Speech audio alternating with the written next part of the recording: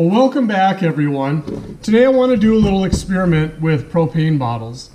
So you may have watched my previous video on the refilling of the 1 pound cylinders. And maybe I should have labeled that video as the easiest way to refill a 1 pound cylinder, because I got called out by not only one of my subscribers, but also one of my buddies at work. And the 2 points that were brought up was, number one, that this little valve stem type mechanism here, it's not a relief valve apparently. It is used in the process of refilling the bottles. When I was first taught this method, I was taught to use a scale and to activate that little valve. And I didn't like that way. It seemed like it was too many steps. If I had to weigh the canister to make sure I wasn't overfilling it, I was nervous about it expanding and having issues and leaking in my vehicle or whatnot. So I always avoided that method. And the question lies in the fact that if you do it the easy one-step method, you're not filling the canister the entire way. So that's what we're going to find out today. How much difference is it when you fill it the easy way versus you fill it the best way? So stay tuned and we're going to have a little fun in the science lab. All right, brand new Coleman propane 347. Weight 16 ounces, 1 pound. But is the weight the entire package, or is there 1 pound of gas in there? We're gonna find out. I have 2 Coleman propane tanks. One is one I just bought at the store, and this one I just emptied out. I burned it until there was no more gas left and it is empty. So I want to do a little comparison on how much gas you actually get back into the bottle when you refill it. But I need a control first, so I'm going to use the brand new bottle, never been opened, never been used, and I'm going to use that as a control to see what the total weight is. So we're looking at 1.974. You better write that down. 1974 full. Okay, let's take a look at the empty bottle. And we're looking at just over a pound, 1.0. So the first thing I'm going to do is get my adapter and put it onto my tank. I did, as you see, purchased a brand new 1 pound cylinder. So I'll be working with that. The threads seem a little funky on this one. Remember, reverse threads on LP.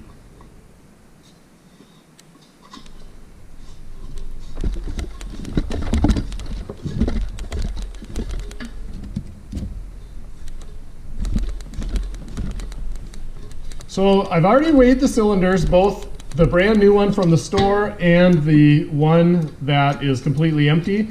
I did use it in my heater and I ran it until I couldn't get any more spark or gas out of the canister. So I'm pretty confident that it's empty. I did weigh it and it came out almost exactly a pound. So my belief is the cylinder weighs a pound and there's a pound of LP in there, but we're going to find out. So the first thing we're going to do, put on some safety glasses. I just got these in my stocking for Christmas, and although it's not a big deal, when you do release the canister, you do get a whoosh of propane. I like to avoid that. I don't want it anywhere near my eyes. So, all right, I'm just going to go ahead and weigh this canister again. It has been out in the cold garage. It's about 20 degrees, give or take. We're going to zero our scale, and we're going to, for some reason the scale keeps going on a different digit. All right, so this is the empty cylinder. We're going to see what we have for weight. Okay, 1.009. I think before I had 1.01. Okay, so that has not changed. Let's see how much propane we are going to get by using the easy method versus the best method. Okay, so we have the propane cylinder on, and like we showed in the other video, we're going to tip over our large 20-pound cylinder, and we're going to turn the valve open, and we're going to listen for the gas to escape into the small cylinder using just the pressure in the tank and gravity to do that.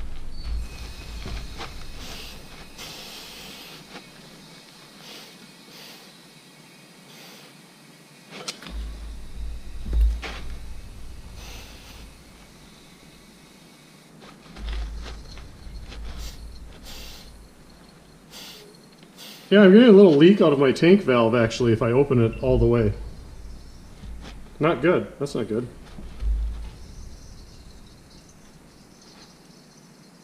See, that's another reason to wear gloves. I would have got that cold liquid propane on my fingers and could have froze them pretty easily. Alright, so I haven't heard any of the gas transferring anymore. It's been about a minute, I would guess, give or take.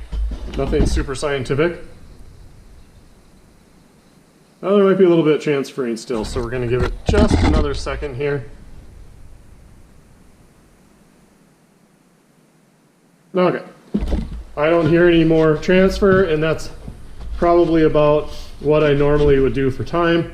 So we're going to close the valve on the LP tank, and we're going to remove our small 1-pound cylinder. Again, there's going to be a whoosh, so keep your eyes and face away from that in your hands.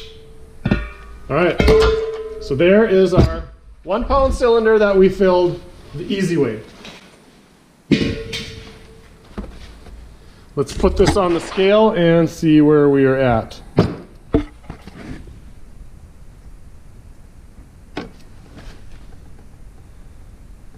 .174, so 175. So essentially we're putting 3/4 of a gallon of LP in this jar the easy way.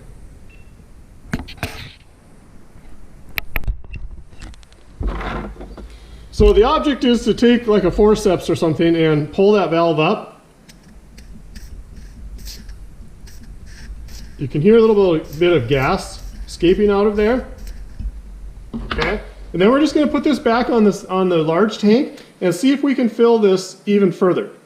Okay, same tank, except now we've released a little bit of air out of it.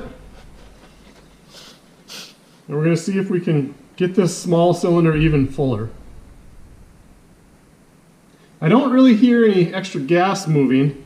One of the other things that you can do is you can take your forceps and you can activate that valve until you get a little bit of liquid propane to come out.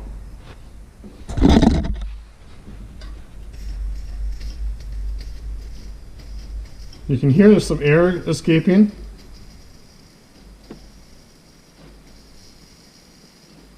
Okay, I got a couple, just a drop or two of liquid LP. So I'm going to assume that this tank is as full as it's going to get. We're going to go ahead and tighten the tank valve on the large tank. Okay, so let's check our scale, make sure we're close to 0. And let's see how much better we did. Oh, that's not really 0. There we go.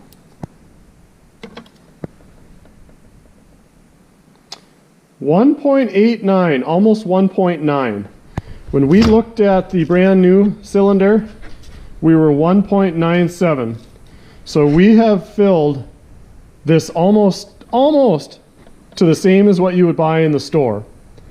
So the question that you have to ask yourself is, doing that extra method worth 2/10 of a gallon or 2/10 of a pound of propane? Personal choice. For me, probably not.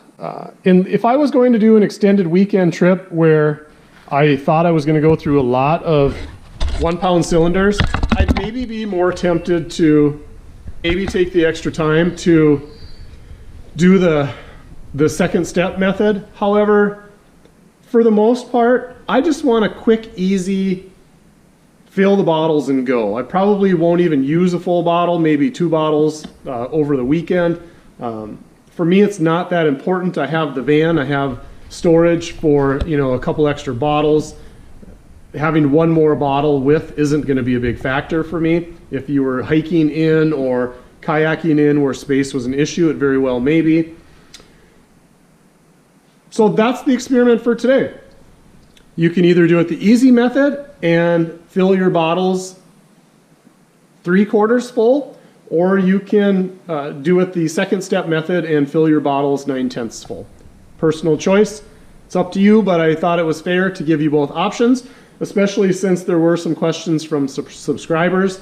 Personally, I will probably stick with the easy way just because it's one step, no fuss, there's no extra tools required, and I don't need a scale and I don't need a forceps. It's just fill and go. So thanks for tuning in. If you guys have any comments, please feel free to discuss them down below. I thank Matt for calling me out on the video. We're all in this community together and we're all here to learn and share ideas with each other. And I do appreciate the fact that he did bring up the secondary method. And even though I was aware of it and chose not to use it, in the long run, I thought it was fair that you guys should see that as well. Thanks for tuning in. If you are interested in this video, or if you want to join along with our community, go ahead and hit that subscribe button down in the corner.